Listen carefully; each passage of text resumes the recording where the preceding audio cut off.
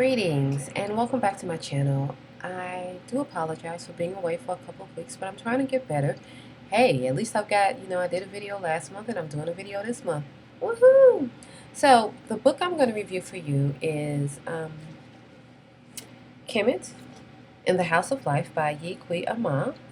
I read this book toward the tail end of last year and I really wanted to do a video for it since the tail end of last year, but when you get home from work and you've been on your feet 8 hours and you've been working for 8 hours, it's kind of hard to get around and doing a video when all you really want to do is get something to eat, read a book, maybe watch a movie.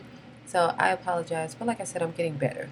So I read this book the end of last year, and I'm one of those people that I buy books and it may take me a while to read them. So I've had this book on my shelf probably for 5 years. Shameful. But I buy books, and then another book catches my eye, and I buy that book, and then I buy that book. It's a bit of a vicious cycle. So right now, I've kind of got myself on a little bit of almost like a book fast. I'm not buying anything till the end of March, and it's been difficult. I've seen some titles out there, and I'm like, oh, I really want that book, but okay, I've got like 50 on my shelf that need to be read. So let's focus. So, not buying any books right now. What I'm doing is reading some of the other books that I've already purchased.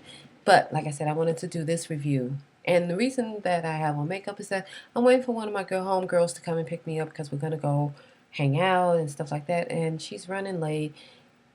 I'm made up. I got an hour to kill. I figure I might as well knock this out. It makes sense, right? So, KMT in the House of Life by Ayi Kwei Armah. So the book takes place in West Africa, and the protagonist is a young African woman who's very well educated, probably has her PhD, and she is telling how she ended up in the situation that she's in. She is basically dead inside. And the reason that happened is her backstory is that she was a gifted child, and she was tutored by a friend of the family who was a gifted man, and he tutored another young man who was her best friend, and he was also a gifted child. And he really taught them to love learning and to research things as far as you could go, which may ring a bell for a lot of you. I know it rings a bell for me because I'm one of those people as well.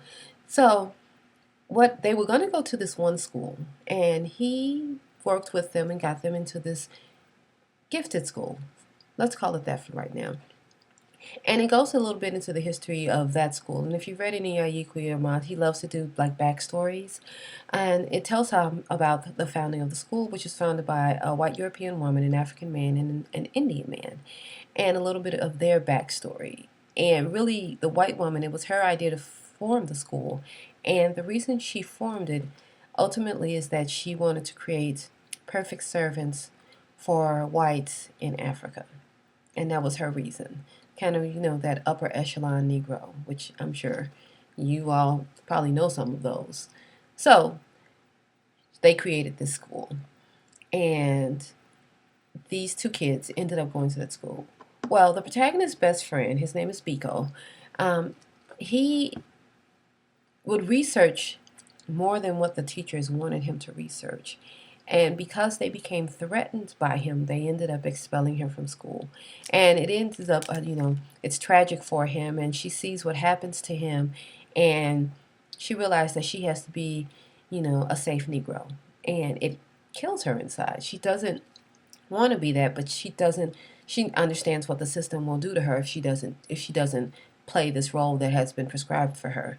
So she goes into it. And what happens is that another professor comes into her school. She's an educator as well. And he wants to shake things up. He's an African man as well. And he really wants to research things. He really wants to, as opposed to having meetings about why is Africa in the state that it's in, he really wants to go back and, wonder what happened to the old ways, the ancestral ways. And he basically drafts her into it. And she's excited by it, but she's frightened as well. But she realizes that this is probably going to give her life back. So they begin researching various mysteries, various rituals, various things about the culture, and they end up going to this village where they still keep the ancestral ways. And it really kind of delves into the mysteries of Kemet, which is why the book is named Kemet. So it tells how Kemet fell, how it fell spiritually, how it stopped being a system of spirituality and how it became a system of religiosity, which I just completely massacred that word. I apologize, but you know what I mean. And how it became, basically, for want of another term, idol worship. And that is no disrespect to the Neteru, but how it was taken over by those who were not, indigenous to that land. How it was taken over by those who invaded, and how they changed it, and what they made spirituality into. And from what this book tells me, and I've done a little research about it, and I'm doing it now actually about it. It was completely different. Just getting back to those old ways. So if you really want something that's going to kind of motivate you to want to go back and study those really old, ancient ways, not just, you know, Yoruba or Santeria or, the Vodun or something like that. If you want to really go back, we're talking to past the pharaohs and all of that. This is a great book to kind of get you curious. Um, it definitely opened my eyes to a lot of things. I had read things before, but being written in a fiction form, it just kind of drove it home for me. Like, okay, oh, so okay, so this is what it was before, and then it became this, and this is why the fall happened. Ah, okay, I see you. I got you. So I'm not going to tell you how it ends because the end, I ended up crying.